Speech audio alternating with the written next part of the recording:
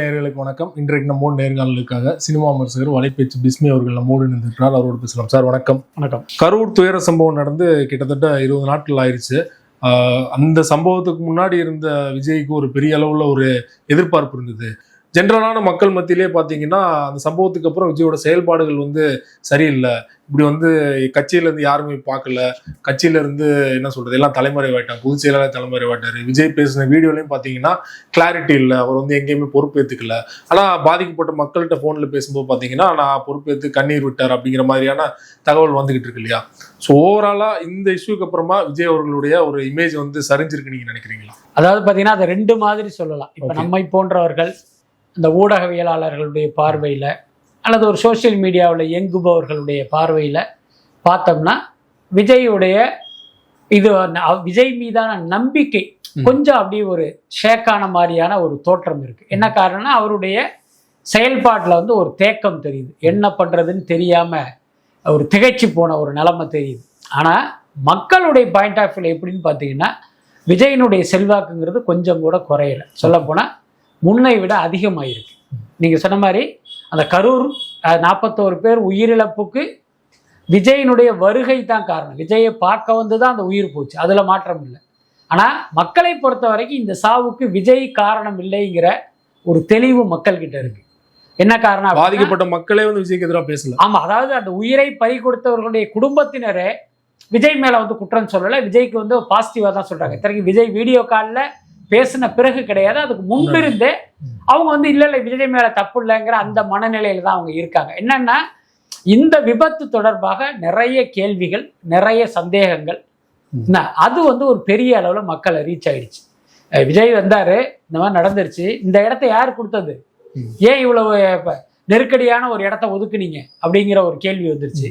அதுக்கப்புறம் அன்பில் மகேஷ் பொய்யாமொழியுடைய அந்த கண்ணீர், அப்புறம் செந்தில் பாலாஜி அந்த ஆஸ்பத்திரிக்கு எப்படி இவ்வளவு சீக்கிரம் போனாருங்கிற கேள்வி, திமுகவுடைய மருத்துவ அணின்னு ஒரு ஸ்டிக்கர் ஓட்டின ஆம்புலன்ஸு, இந்த மாதிரி நிறைய கேள்விகள், அங்கே நடந்த பவர் கட்டு, இதெல்லாம் வச்சு வந்ததுக்கப்புறம் மக்களுக்கே மெல்ல இந்த கேள்விகள்லாம் பரவ ஆரம்பிச்சு. ஆனால் நிறைய கான்ஸ்பிரசி தியரிஸ் தானே அதுலேருந்து வந்துச்சு. இந்த மாதிரி நடந்திருக்கலாம், ஆனால் அதற்கெல்லாம் அரசு அதிகாரிகள், அந்த கலெக்டர், அப்புறம் உள்துறை செயலாளர்லாம் விளக்கம் கொடுத்துட்டாங்க. கன்வின்சிங்காக தான் இருந்தது. வீடியோக்கள்லாம் எல்லா ஆங்கிள் இருந்துமே கிட்டத்தட்ட ஒரு 40-50 வீடியோக்கள் நானே பார்த்துருப்பேன். எந்த இடத்துலயுமே பாத்தீங்கன்னா திட்டமிட்டு யாரோ இது பண்ணாங்க, அந்த மாதிரி சதி இல்ல, அது அல்ல அர்த்தம். அந்த மாதிரி எதுவுமே நடக்கல. இல்ல என்ன சிக்கல் அப்படின்னா அந்த மாதிரி ஒண்ணு நடந்த இந்த உயிரிழப்பு என்பதை தாண்டி இவர்களுக்கு சங்கடத்தை கொடுப்பதற்காக போதுமான பாதுகாப்பு கொடுக்கல. புரியுதா இல்லையா? ஒரு நெருக்கடியான ஒரு இடத்த கொடுத்து இவரை சிக்கல்ல ஆளாக்கிட்டாங்கிற மாதிரியான அந்த டோன் மக்கள் கிட்ட இருக்கு. இவங்க கேட்ட இடத்துல கொடுத்திருந்தனா இதை விட உயிரிழப்புகள் அதிகமா இருக்கும் அப்படின்னு அவங்க சொல்றாங்க இல்லையா?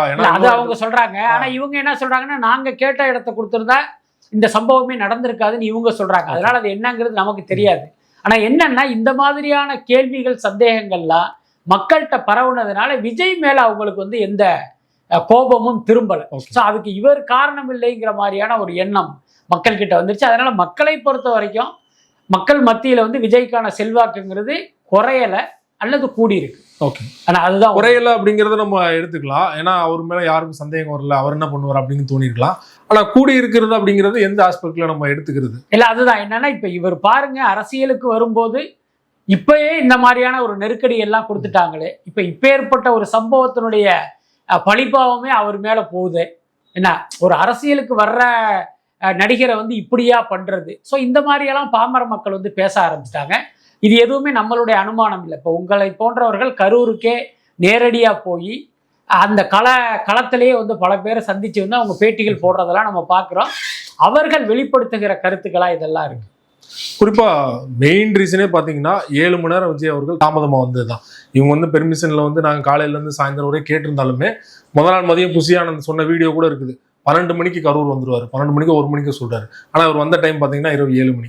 இவர் தாமதமா வராம சீக்கிரம் போயிருந்தாலே இவ்வளவு உயிரிழப்புகள் தடுத்துக்கலாம் இல்லையா? அதை விஜய் உணர்ந்தாரா? இல்ல ஒரு விஷயம் புரிஞ்சுங்க, நம்ம தாமதமா போகணும்னு யாரும் நினைக்க மாட்டாங்க. அதுக்கு அடுத்து ஆனா 8:15 8:30க்கே அது தாமதம் தானே. இன்னொன்னு புரிஞ்சுங்க, விஜயனுடைய சுற்றுப்பயணம்ங்கிறது அன்றைக்கு கரூருக்கும் நாமக்கலுக்கும் போறதுதான். தமிழ்நாடு தழுவிய சுற்றுப்பயணம் இல்லை. இப்போ ஒரு தமிழ்நாடு தழுவிய சுற்றுப்பயணம் ஒருத்தர் போறாருன்னா இந்த ஊருக்கு காலையில 7 மணிக்கு வருவாரு, அந்த ஊருக்கு 9 மணிக்கு வருவாரு, இன்னொரு ஊருக்கு 12 மணிக்கு வருவாருன்ட்டு அந்த டைம் போயிட்டே இருக்கும். இதை பொறுத்த வரைக்கும் அந்த 2 ஊருக்கு தான் வர்றாரு. அப்படி வர அவர் எப்படி 8:30 மணிக்கு எப்படி அங்க வருவாரு? யார் சொன்னது உங்களுக்கு? 8:30 மணிக்கு தானே அவர் வீட்டுல இருந்தே கிளம்புறாரு. அவர் ஷூட்டிங் ஜாப் போறாரு அதிகாலை 4 மணிக்கு கிளம்புறதுக்கு. இல்ல காலையில 8:15 அங்க போட்டிருந்தாங்க. அதுக்கப்புறம் மதியம் 1 மணிக்கு கரூர் வந்துருவான்னு புஷி ஆனந்தே சொல்லியிருக்காரு. புஷி ஆனந்த் அல்ல. இப்ப என்னன்னா கரூர்ல இவங்க என்ன பண்றாங்க, போலீஸ் என்ன பர்மிஷன் கொடுத்திருக்கு, 3:30 நைட்டு 10 மணி வரை விஜய் வருவதற்கு பர்மிஷன் கொடுத்திருக்கு. அப்புறம் எப்படி வெளிப்படையா புஷி ஆனந்த் சொல்லியிருந்தாலே பிரச்சனை இல்ல. இங்க என்ன சிக்கல் நடந்துருச்சு அப்படின்னா, விஜயினுடைய சுற்றுப்பயணத்துல அங்க வரப்போற டைம்ங்கிறது இதுதான். அவர் 7 மணி நேரம் தாமதமாவெல்லாம் வரல. போலீஸ் அவர்களுக்கு ஒதுக்கிய நேரத்தில் தான் அவர் வரப்போறாரு, வந்துட்டாரு. ஆனா என்னன்னா அங்க இருக்கிற ஆர்வ கோளாறுகள் நேரத்தை வந்து முன்கூட்டியே அறிவிச்சு அங்க ஒரு மக்களை திரட்டிட்டாங்க. இங்க விஜயினுடைய தவறு என்ன அப்படின்னா, அவர் என்னதான் வந்து கார்ல வந்தாலும், அந்த சுற்றுப்பயணம் அந்த வேன்ல வந்தாலும், அந்த கேரவான்ல வந்தாலும் எல்லா சேனல்களுமே அதை நேரலை பண்ணிட்டு இருக்காங்க. அப்போ கரூருக்கு வந்து விஜய் 12:30 மணிக்கு வரார், 12:30 மணிக்கு வர்றதுனால அங்க காத்துட்டு இருக்காங்கன்னு ஒரு செய்தி வந்து நிச்சயமா தொலைக்காட்சி மூலமாக உங்களுக்கு தெரிஞ்சிருக்கும். அப்ப நீங்க என்ன பண்ணிருக்கணும், நம்ம அங்க 12:30 மணிக்கு போக மாட்டோமே, அதுக்கு வாய்ப்பு இல்லையே, நம்ம அங்க போறதுக்கு 6 மணி ஆயிடுமே அப்படின்ட்டு நீங்க அந்த லோக்கல் நிர்வாகிகள்கிட்ட அந்த உண்மையை சொல்லியிருக்கணும். நம்ம அங்க 6 மணிக்கு தான் வருவோம், 7 மணிக்கு தான் வருவோம், அதுக்கு முன்னே இந்த கூட்டத்தை நீங்க வந்து இது பண்ணாதீங்க, உண்மையை அறிவிச்சிருங்கன்னு சொல்லியிருக்கணும். சொல்லியிருந்தா கூட்டம் கலைஞ்சிரும் சொல்லிட்டு அவங்க சொல்லாம விட்டாங்களா? ஏதோ ஒரு காரணத்தினால் ஒண்ணு இவங்க வந்து அந்த நிர்வாகிகள்கிட்ட சொல்லாம விட்டாங்க, அல்லது இவர்கள் சொல்லி அதை அவங்க அறிவிக்காம விட்டாங்க. ஸோ இதுதான் நடந்திருக்கும். மற்றபடி இவர் 7 மணி நேரம் தாமதமாக வந்தாருங்கிறது திமுக தரப்பில் பண்ணப்பட்ட ஒரு நேரேட்டிவ். அதுல வந்து உண்மையே கிடையாது. அதுக்கடுத்து நாமக்கலுக்கு இவர் 8:30 மணிக்கு வருவாருங்கிறத வந்து இவர்கள் கிளப்புற கட்டுக்கதை. நீங்களே யோசிச்சு பாருங்க, 8:30 மணிக்கு தான் இவர் கிளம்புறாரு. இன்னொன்னு அவர் பஸ்ல போல, ஒரு சார்ட்டர்ட் ஃபிளைட்ல போறாரு. அது ஏற்கனவே நேரம் குறிக்கப்பட்டது, இத்தனை மணிக்கு ஃபிளைட்டு அப்படிங்கிறத ஏற்கனவே அவங்க பர்மிஷன் வாங்கி வச்சிருக்காங்க. அப்படி இருக்கும்போது எப்படி அங்க 8:30 மணிக்கு போய் இறங்க முடியும்? அதனால இது எல்லாமே வந்து ஒரு கட்டுக்கதை தான். புஷி ஆனந்த் முதல் நாளே அவர் வந்து 1 மணிக்கோ 12 மணிக்கோ வந்துருவாரு அப்படிங்கிற சொல்ற வீடியோ ஃபுட்டேஜ் இருக்கு. ஸோ பொதுச் செயலாளர் விஜய்க்கு அடுத்த நிலையில இருக்கவர் அவராவது தெளிவுபடுத்திருக்கணும் இல்லையா? அவர் வந்து தெளிவுபடுத்தாம விஜய் வந்து 1 மணிக்கு வந்துருவாரு. அதுதான் நான் சொல்றேன். அதாவது இந்த தவறு என்பது அனுபவம் இல்லாத தாவேகா நிர்வாகிகளால் நடந்தது. அது முதல்ல புரிஞ்சுங்க. அது புஷி ஆனந்தா இருக்கலாம், ஆதவ அர்ஜுனா இருக்கலாம், அல்லது அந்த கரூர் மாவட்ட செயலாளர்களா இருக்கலாம். இவர்களுடைய தவறு, அதுல மாற்றமே கிடையாது. ஆனா இந்த தவறு அப்படி விஜய் மேல தூக்கி போட்டு அந்த 41 உயிர்கள் போனதுக்கே இவர் தான் காரணம்ங்கிறது இருக்குல்ல, அதை வந்து ஏற்புடையது. பேசும்போதே பாத்தீங்கன்னா கீழே வந்து மயக்கம் போட்டு விழுகுறாங்க. அவர் அப்பயே ஸ்டாப் பண்ணிருக்கலாம். அவர் வந்து ஆனாலுமே வந்து செந்தில் பாலாஜியை வந்து அட்டாக் பண்ணணும். அந்த பாட்டை பாடிட்டு தான், ஏன்னா செருப்பு எரிஞ்சாங்க, செருப்பு எரிஞ்சது யாருன்னு சொல்லிட்டுலாம் வீடியோல பார்த்துட்டோம். அங்கேயே வச்சு முதல் உதவியெல்லாம் கொடுத்துட்டு இருக்காங்க. ஸோ வந்து கவனத்தை ஈர்க்கிறதுக்காக தான் அரசு தரப்புல சொன்னாலுமே வீடியோ காட்சிகள் இருக்குது. அவங்க சொல்றதை நம்பாட்டினா கூட வீடியோ காட்சிகள் இருக்குது. திட்டுறாங்க, நிப்பாட்டுங்க இங்க பாருங்க அப்படின்னு சொல்லிட்டு. ஸோ அப்பயாவது நிப்பாட்டி இருந்தா இன்னும் சில உயிரிழப்புகளை வந்து தடுத்துருக்கலாம். இது ஏதோ ஒரு அஜாக்கிரதையோ இல்லைன்னா வந்து அந்த இடத்துல எப்படி ரியாக்ட் பண்ணணும் விஜய்க்கு தெரியாம போயிடுச்சு. அப்படிலாம் கவனிங்க. விஜய் பேசுறாரு, விஜய் பின்னால் செருப்பு வீசுறாங்க, அது விஜய்க்கு தெரியாது. இன்னும் சொல்ல போனா விஜய் இந்த வீடியோ காட்சிகளை பார்த்து தான் தன்னை பின்னால வந்து செருப்பு வீசினதே அது தெரிஞ்சிருப்பாரு. அதுக்கு அடுத்து அந்த செருப்பு வீச்சுக்கு என்ன காரணம் சொல்றாங்கன்னா, அங்க ஒரு அசம்பாவிதம் நடந்து கவனம் இருப்பு அதுக்காகங்கிறாங்க. அதை வந்து அந்த ஆளை கண்டுபிடிச்சாங்களா? வீடியோல இருக்குல்ல யார் செருப்பு வீசுறாருன்னு, அவரையே போலீஸ் இது வரைக்கும் கண்டுபிடிக்கவே இல்லை. கண்டுபிடிச்சா அவர் வாயால சொல்லுங்க, நான் இதுக்காக தான் வீசினேன்னு சொல்லுங்க. இது வரைக்கும் வரவே இல்லை. இது எல்லாமே நம்மளுடைய அசம்சன் தான். அதுக்கு அடுத்து நீங்க சொல்லுங்க, விஜயினுடைய ஒரு ஹார்ட் கோர் ஃபேன் ஒருத்தன் அந்த கூட்டத்துல நின்று விஜயினுடைய கவனத்தை ஈர்ப்பதற்காக செருப்பை வீசுவானா? நல்லா யோசிச்சு பாருங்க. கத்துவான், அதுக்கு வேணா வாய்ப்பு இருக்கு. அல்லது வேற ஏதோ ஒரு பொருளை ரசிகர்கள் மட்டும் அங்க வரல இல்லையா? மக்கள் சாதாரண என்ன சிக்கல் அப்படின்னா, அங்க விஜய் ரசிகர்கள் மட்டும் இல்ல, வேற கட்சியை சேர்ந்தவர்களும் இருக்காங்கிறது தான் உண்மை. அதுதான் அதை வெளிப்படும். அந்த சதி அப்படிங்கறத நீங்க நம்புறீங்களா? நான் நம்புறேன், அவ்வளவுதான். மற்றவர்கள் நம்புறாங்களான்னு தெரியாது. அந்த செருப்பு வீசிய சம்பவம், அந்த செருப்பு வீசியவன் யார் அப்படின்னு இதுவரைக்கும் வந்து உங்களுக்கு தெரியவே இல்லை. பல பேர் பார்த்தீங்கன்னா அருணா ஜெகதீசன் விசாரிக்கும் போது சில பேர் போய் கருத்து சொல்றாங்க. அதுக்கப்புறம் பார்த்தீங்கன்னா சில பேர் வந்து விஜய் வீட்டு வாசல்ல நின்று போராடுறாங்க, விஜய் கைது செய்யுங்கிற மாதிரிலாம். ஆனா இந்த மக்கள் என்ன பண்றாங்க, இவன் யாருங்கிறத கண்டுபிடிச்சிடுறாங்க. இவரை வந்து திமுகல இந்த பொறுப்புல இருக்காரு, இவர் போன வாரம் செந்தில் பாலாஜியோட போட்டோ எடுத்தவருன்னு எல்லாத்தையுமே எடுத்து போட்டுக்கிட்டு இருக்காங்க. அந்த மாதிரி அந்த செருப்பு வீசினவனே நீங்க கொண்டாந்து நிறுத்துறீங்க அப்படின்னா அவனுடைய ரிசி மூலம் என்னங்கிறது வெளியில வந்துட போகுது.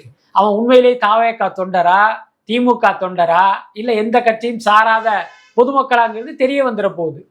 ஒரு பக்கம் போலீஸ் விசாரணை, இன்னொரு பக்கம் நீங்க சிறப்பு விசாரணை குழுவே நீங்க நியமிச்சீங்க. அப்ப கூட அவன் யாருன்னு நீங்க ஏன் போகவே இல்லை? இன்னும் சொல்ல போனா முதலமைச்சர் சட்டசபையில பேசுறாரு, அந்த செருப்பு வீசினதே அவருடைய கவனத்தை ஈர்ப்பதற்கு தான் நீங்க சொல்றீங்கன்னா, இப்போ உங்களுக்கு உறுதியா தெரிஞ்சிருக்கணும்ல. அவன் வந்து அந்த ஸ்டேட்மெண்ட் கொடுத்துருக்கணும்ல, நான் இதுக்காக தான் வீசினேன்ட்டு. அவன் யாருன்னே தெரியுதுன்னு நீங்க கண்டுபிடிக்கவே இல்லையே.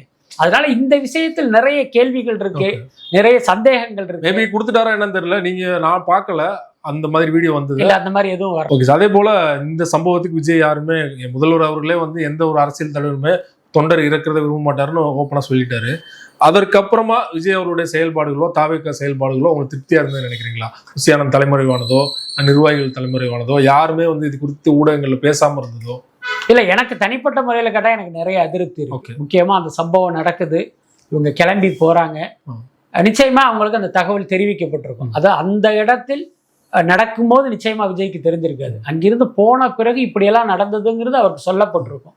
அப்ப என்ன பண்ணியிருக்கலாம் அப்படின்னா, என்னவானாலும் சரி நம்ம வந்து அந்த மக்களுக்கு கூட நிக்கணுங்கிற ஒரு முடிவை வந்து விஜய் எடுத்திருக்கணும். ஆனா என்ன இங்க ஒரு சிக்கல்னா, விஜய் வந்து ஒரு நடிகர். அந்த அத்தனை பேர் உயிரிழப்பு நடக்கிற அந்த சூழ்நிலையிலும் இப்ப விஜய் ஒரு பேச்சுக்காக செந்தில் பாலாஜி, அன்பில் மகேஷ் மாதிரி இவரும் அந்த ஆஸ்பத்திரியில போய் நின்னாருன்னா, இத்தனை பேர் செத்து கிடக்குறாங்களேங்கிற இதுவே இல்லாம விஜயை பார்க்கறதுக்கு அந்த இடத்துல ஒரு கூட்டம் கூடியிருக்கும். அதுக்கு அடுத்து இது எதுவுமே நடப்பதற்கு முன்பே நம்மளை நோக்கி ஒருத்தர் செருப்பை வீசியிருக்கான். அப்படிங்கும் போது இத்தனையும் நடந்த பிறகு நம்ம அங்க இருந்தோம்னா, யாரோ ஒரு சமூக விரோத கும்பல் ஏதோ ஒரு போர்வையில் நம்மளுடைய உயிருக்கு அச்சுறுத்தலை ஏற்படுத்துவதற்கு வாய்ப்பு இருக்கு. ஸோ இதையெல்லாம் கருத்தில் கொண்டு அவர் அங்க போகாம தவிர்த்துட்டார். இது வரைக்கும் நியாயம்னு கூட நம்ம எடுத்துக்கலாம். அதுக்கு அடுத்து இவர் இது வரைக்கும் ஊடகங்களை சந்திக்கல, ஓகே, அது வந்து உங்களுடைய இஷ்டம் தான். ஆனா அந்த திருச்சி ஏர்போர்ட்ல ஒரு குரூப் நிக்கிறாங்க ஊடகங்கள். அப்ப நீங்க என்ன பண்ணிருக்கீங்கன்னா, ஒற்றை வார்த்தை, இப்பதான் இந்த விஷயமே எனக்கு தெரியும், நாளை காலையில நான் விரிவா பேசுறேன் அப்படின்னு சொல்லிட்டு நீங்க போயிருந்தீங்க அப்படின்னா அது ஒரு ஏற்புடைய செயலா இருந்திருக்கும். அங்கேயே அதை அவர் மிஸ் பண்ணிட்டாரு. அதுக்கு அடுத்த நாள் விடிந்த உடனே இது குறித்து அவருடைய கருத்து வெளியில வந்திருக்கணும். ஆனா அந்த வீடியோ பேட்டி வருவதற்கே ஒரு 2 நாள் அவகாசம் எடுத்துக்கிறாரு. அதுலயும் ஒரு பெரிய கிளாரிட்டி இல்லை. இந்த மாதிரி தொடர்ந்து விஜய் செய்த தவறுகள் இதெல்லாம். அப்படி இந்த பக்கம் வந்தீங்கன்னா அவருடைய நிர்வாகிகள், புஷி ஆனந்த், விஜய் அங்க போறதுல இந்த சிக்கல் இருக்கு. இதே சிக்கல் புஷி ஆனந்துக்கும் இருக்கு, ஆதவ் அர்ஜுனாக்கும் இருக்கு. ஆனா விஜயை விட நீங்க வந்து இதையெல்லாம் சமாளிச்சு அந்த களத்துக்கு போயிருக்கலாம். ஆனா இவங்களும் சேர்ந்து ஓடுனது இருக்குல்ல, அது வந்து ஏற்புடைய விஷயம் இல்லை. அதுக்கு அடுத்து கைது நடவடிக்கை. நீங்க ஒன்றும் கொலையும் பண்ணல, கொள்ளையும் அடிக்கல, சரண்டர் ஆகிக்கலாம். ஒரு அரசியல் இதுல வந்து ஒரு துயர சம்பவம் நடந்துருச்சு. அதற்கு குறைந்தபட்சமா நம்ம மேல தவறு இல்லை என்றாலும் தார்மீக பொறுப்பேற்று நீங்க அங்க சரணடைஞ்சிருக்கணும். அது வந்து உங்களுடைய நன்மதிப்பை இன்னும் ஜாஸ்தியாக்கி இருக்கும். அப்ப மக்களே சொல்லியிருப்பாங்க, இவர் மேல தப்பே இல்லை, இவர் எதுக்கு போய் சரண்டர் ஆனார்னு மக்கள் கேட்டிருப்பாங்க. பட் அந்த வாய்ப்பை கொடுக்காம நீங்க தலைமறைவானதெல்லாம் இருக்குல்ல, அது வந்து உண்மையிலேயே வந்து சகிக்க முடியாத விஷயம் தான். இன்னொன்னு, அரசியல் வாழ்க்கையில கைது சிறைவாசம்ங்கிறது தவிர்க்கவே முடியாது. இது இல்லாம நீங்க அரசியல் பண்ணவும் முடியாது. அப்போ அந்த விஷயத்தை கூட தவிர்த்துட்டு நீங்க போனதெல்லாம் இருக்குல்ல, அதெல்லாம் தான் இன்னைக்கு வந்து தாவேக்காக்கு ஒரு பெரிய கெட்ட பெயரை ஏற்படுத்தியிருக்கு. பாதிக்கப்பட்ட மக்களுக்கு 20 லட்ச ரூபா அனௌன்ஸ் பண்ணியிருக்காங்க. விஜய் அவர்கள் 17ஆம் தேதி போறதா ஒரு மெயில்லாம் அனுப்பிட்டார் அப்படிங்கிற மாதிரி தகவல் வந்தது. உறுதியாக அவர் போறதா இருந்தது, போஸ்ட்போன் ஆயிடுச்சா, இல்லைன்னா போற பிளான் இல்லையா தீபாவளிக்கு முன்னாடி? இல்ல அப்படி கிடையாது. விஜயை பொறுத்த வரைக்கும் கரூருக்கு நேர்ல போய் அவங்கள மீட் பண்ணணுங்கிறதுல ரொம்ப உறுதியா இருக்காரு. அதுக்கு முன்னோட்டமா தான் அந்த 41 குடும்பத்தினரிடமும் அவர் வந்து வீடியோ காலில் பேசினது. அதுக்கு 2 காரணம். ஒன்று, நம்ம இமீடியட்டா அங்கே போக முடியல, அது டிலே ஆகிட்டே இருக்கு. அப்போ அவர்களுக்கு வந்து நம்ம ஆறுதல் சொல்றத தொலைபேசி வாயிலா சொல்லிடலாங்கிறது ஒரு காரணம். இன்னொன்னு, இவங்க என்ன மூட்ல இருக்காங்க. ஏன்னா நீங்க நாளைக்கு அவங்கள ஆறுதல் சொல்றேன்னா அவங்க வீட்டுக்கு போய், யோ உன்னாலதான் என் பிள்ளை செத்து போச்சு, உன்னாலதான் என் பொண்டாட்டி செத்து போச்சு அப்படின்னு யாராவது ஒரு அவமரியாதை செஞ்சுட்டா அது ஒரு பெரிய சங்கடத்தை கொடுத்துரும். ஸோ அப்படி இல்லாம இவங்க என்ன மூட்ல இருக்காங்க, நம்ம மேல கோவத்துல இருக்காங்களாங்கிறத தெரிஞ்சுக்கிற வாய்ப்பாவும் அதை அவர் பயன்படுத்தியிருப்பார் அப்படின்னு தான் நான் நினைக்கிறேன். பட் அவர்களிடமே சொன்ன மாதிரி நான் நேர்ல உங்க வீட்டுக்கே வர்றேங்கிற உத்தரவாதத்தை உறுதியையுமே விஜய் கொடுத்துருக்காரு. ஆனா என்னன்னா அது சாத்தியம் இல்லை. நீங்க வந்து ஒரு 40 குடும்பம் 41 குடும்பத்தை விஜய் வந்து நேரடியா பார்க்க போறாருன்னா பின்னால வந்து ஊடக ஊர்வலம் ஒரு பக்கம் நடக்கும், இந்த தொண்டர்களும் ரசிகர்களும் வேடிக்கை பார்க்குறவங்களும் கூடுனா இது வந்து இன்னொரு ரோட் ஷோவா மாறிடாது. அப்போ மீண்டும் ஏதாவது ஒரு அசம்பாவிதம் நடந்தால் அதுக்கு யார் பொறுப்பு? ஸோ இதையெல்லாம் கருத்தில் கொண்டு தான் அவர் நம்ம ஒரு பொது இடத்துல இப்ப பனையூருக்கு வர வச்சு அவங்களுக்கு இந்த உதவி தொகை கொடுத்தா அதை விமர்சனம் பண்ணுவாங்க. ஏற்கனவே அது ஒரு பெரிய பஞ்சாயத்தா போயிட்டு இருக்கிறதுனால இப்ப அங்கேயே போய் ஒரு கல்யாண மண்டபம் மாதிரி ஒரு இடத்துல வந்து அவங்களை மீட் பண்ணலாம்னு முயற்சி பண்ணாங்க. ஆனா என்னன்னா அவர்களுக்கு கல்யாண மண்டபத்துல அனுமதி கிடைக்கல. அதோட அர்த்தம் என்னன்னா கல்யாண மண்டப உரிமையாளர்கள் யாருமே அதை தருவதற்கு முன் வரல. அதோட காரணத்தை நம்மளே புரிஞ்சுக்கலாம். அங்க செந்தில் பாலாஜி வந்து ஒரு செல்வாக்கு மிக்க மன்னராக அங்க இருக்காரு. அப்படி இருக்கும்போது அவரை மீறி யாரும் தரமாட்டாங்கிறது அது தெரிஞ்ச விஷயம்தான். இதுக்குள்ள இப்ப தீபாவளி வந்துருச்சு. அதை முடிஞ்சதுக்கு அப்புறமா அவங்க அடுத்த கட்ட முயற்சி பண்ணுவாங்க. அப்படிதான் நான் நினைக்கிறேன். நிறைவா ஒரு கேள்வி, இந்த இன்சிடென்ட்டுக்கு அப்புறமா பாத்தீங்கன்னா எடப்பாடி அவர்கள் விஜய் அவர்கள் எப்படியாவது கூட்டணிக்குள்ள கொண்டு வரணும்னு தவிக்கிறார். விஜய் கட்சிக்காரன் கூட இந்த அளவுக்கு வந்து சப்போர்ட் பண்ணுவாங்களாம் தெரியாது. சட்டசபையில கூட எடப்பாடி அவர்கள் விஜய் மீது தவறே இல்லை, விஜய் வந்து திமுக சதி பண்ணிடுச்சு அப்படின்னு சொல்லி தொடர்ச்சியா பேசிக்கிட்டு இருக்காரு இல்லையா? ஸோ விஜயோட மைண்ட் செட்ல என்ன இருக்கு, கூட்டணிக்குள்ள போறான்னு ஒரு ஐடியா இருக்குதா? அவர் என்ன முடிவு எடுப்பார் நீங்க நினைக்கிறீங்க உங்களோட பார்வையில? இல்ல, விஜயை பொறுத்த வரைக்கும் இந்த தேர்தல் தனித்து போட்டியிடுறது தான். என்ன காரணம், அதிமுகவோட பாஜக இருக்கு, அதனால கண்டிப்பா இவர் போகமாட்டாரு, இதுதான் உண்மை. அதே நேரம் எடப்பாடிக்கு விஜய் நம்மோடு வந்தா நம்மளுடைய வெற்றி உறுதி அப்படின்னு ஒரு எண்ணம் இருக்கு, ஆசை இருக்கு. அதுதான் பல்வேறு வார்த்தைகள்ல வெளிப்படுது. அதுக்கப்புறம் இந்த கரூர் விவகாரத்தில் பாஜகவும் சரி அதிமுகவும் சரி விஜய் மேல தப்பு இல்லை அப்படின்னு சொல்வதனுடைய அர்த்தம் என்ன அப்படின்னா திமுக மீது தான் தவறு அப்படின்னு தான் அவங்க சொல்றாங்க. அவங்க வந்து விஜயை காப்பாற்றணும், விஜய்க்கு சப்போர்ட் பண்ணணுங்கிறதுனால இந்த கருத்தை சொல்லலை. கரூர் சம்பவத்துல 2 பேர் மீது குற்றம் சாட்டலாம். ஒன்று திமுக, இன்னொன்று விஜய். இப்ப விஜய் மீது குற்றம் சாட்டுவதால் எடப்பாடிக்கு என்ன லாபம், அதிமுகக்கு என்ன லாபம்? ஒண்ணுமே கிடையாது. அப்போ திமுக மீது குற்றம் சாட்டினா அவர்களை ஆட்சி அதிகாரத்திலிருந்து அகற்றுவதற்கு இதை நம்ம வந்து பயன்படுத்தலாம், இதை வச்சு அரசியல் பண்ணலாங்கிற அடிப்படையில் அது வேற. திமுகவுக்கு வந்து ஒரு நெருக்கடியை கொடுக்கணும், திமுக மீது பழி போடணும்.